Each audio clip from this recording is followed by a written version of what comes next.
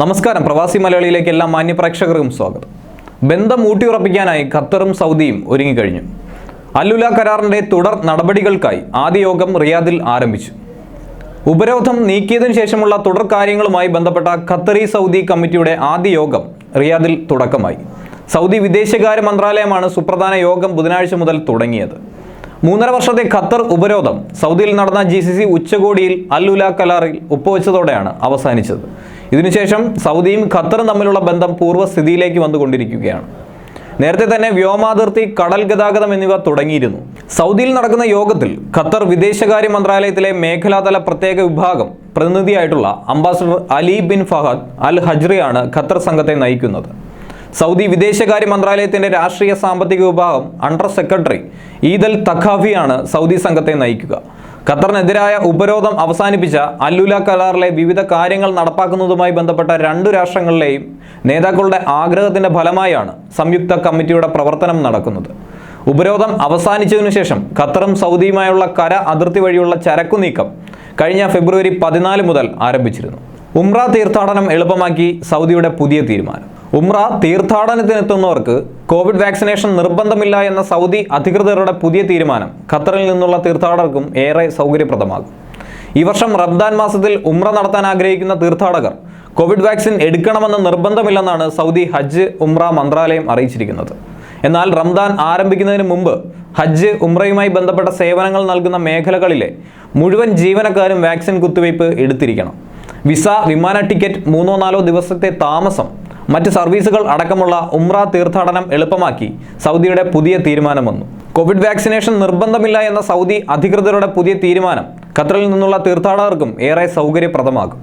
ഈ വർഷം റംദാൻ മാസത്തിൽ ഉംറ നടത്താൻ ആഗ്രഹിക്കുന്ന തീർത്ഥാടകർ ഞായറാഴ്ച മുതൽ ഖത്തറിലെ എല്ലാ സ്കൂളുകളും ഓൺലൈൻ ക്ലാസ് മാത്രമായിരിക്കും നടക്കുന്നത്. പ്രതിദിന കോവിഡ് രോഗികൾ രാജ്യത്ത് വർദ്ധിച്ചു വരുന്ന സാഹചര്യത്തിലാണ് വിദ്യാർത്ഥികൾ നേരിട്ട് ക്ലാസ് മുറികളിൽ എത്തിയുള്ള പഠനം നിർത്തിവെക്കുന്നതെന്ന് ഉന്നത വിദ്യാഭ്യാസ മന്ത്രാലയം അറിയിച്ചു. പൊതുജനാരോഗ്യ മന്ത്രാലയവുമായി കൂടിയാലോചിച്ചാണ് പുതിയ തീരുമാനം എടുത്തിരിക്കുന്നതെന്നും വിദ്യാർത്ഥികളുടെയും അധ്യാപകരുടെയും ജീവനക്കാരുടെയും സുരക്ഷ പരിഗണിച്ചാണ് കോവിഡ് സാഹചര്യത്തിൽ പുതിയ തീരുമാനം കൈക്കൊണ്ടതെന്നും വിദ്യാഭ്യാസ മന്ത്രാലയം വ്യക്തമാക്കി.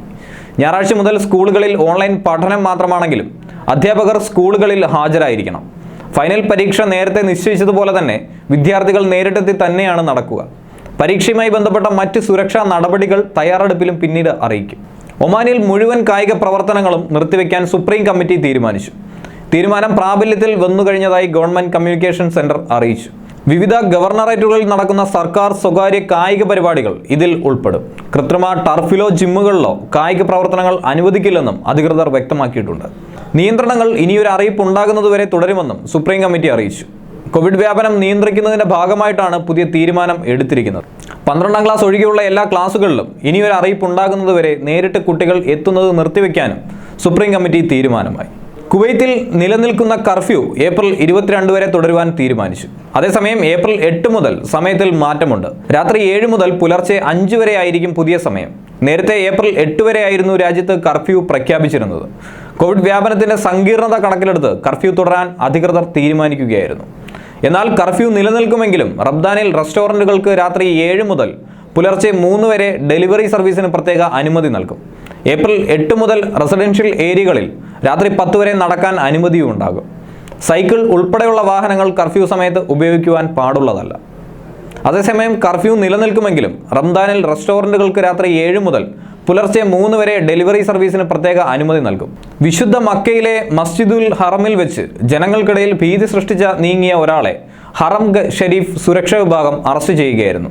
കൈകൾ ഉയർത്തിവെച്ച് അത്യുച്ചത്തിൽ മുദ്രാവാക്യം മുഴക്കി നീങ്ങുകയായിരുന്നു ഇയാൾ. മാത്രമല്ല, ഇയാളിൽ നിന്ന് കത്തി കണ്ടെടുക്കുകയും ചെയ്തിരുന്നു. തീവ്രവാദി വിഭാഗങ്ങളുടെ മുദ്രാവാക്യങ്ങളായിരുന്നു ഇയാൾ മുഴക്കിയിരുന്നത്. കൃത്യസമയത്ത് ഇടപെട്ടതുകൊണ്ട് ഹറം പോലീസ് ഇയാളെ ഉടനടി കീഴ്പ്പെടുത്തി.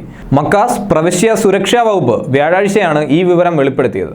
ഹറം പള്ളിയുടെ 1ാം നിലയിൽ കഴിഞ്ഞ ചൊവ്വാഴ്ച അസർ നിസ്കാരത്തിന് ശേഷമായിരുന്നു സംഭവം. ഇയാൾ ജനങ്ങൾക്കിടയിൽ ഒച്ചയിട്ട് നീങ്ങുന്ന ദൃശ്യങ്ങൾ സമൂഹ മാധ്യമങ്ങളിൽ വലിയ പ്രചാരം നേടുകയാണ്. രാഷ്ട്രീയ ചുവയുള്ളതും തീവ്രവാദ പ്രസ്ഥാനങ്ങൾക്ക് അനുകൂലവുമായ ആഹ്വാനങ്ങളായിരുന്നു ഇയാൾ ഉയർത്തിയിരുന്നത്. UAE-യുടെ വമ്പൻ നീക്കം. ഭക്ഷ്യോൽപാദന രംഗത്ത് സ്വയം പര്യാപ്തത നേടാനും വിതരണ ശൃംഖല കാര്യക്ഷമമാക്കാനുമുള്ള പദ്ധതികൾ ശക്തമാക്കിയിരിക്കുകയാണ് UAE.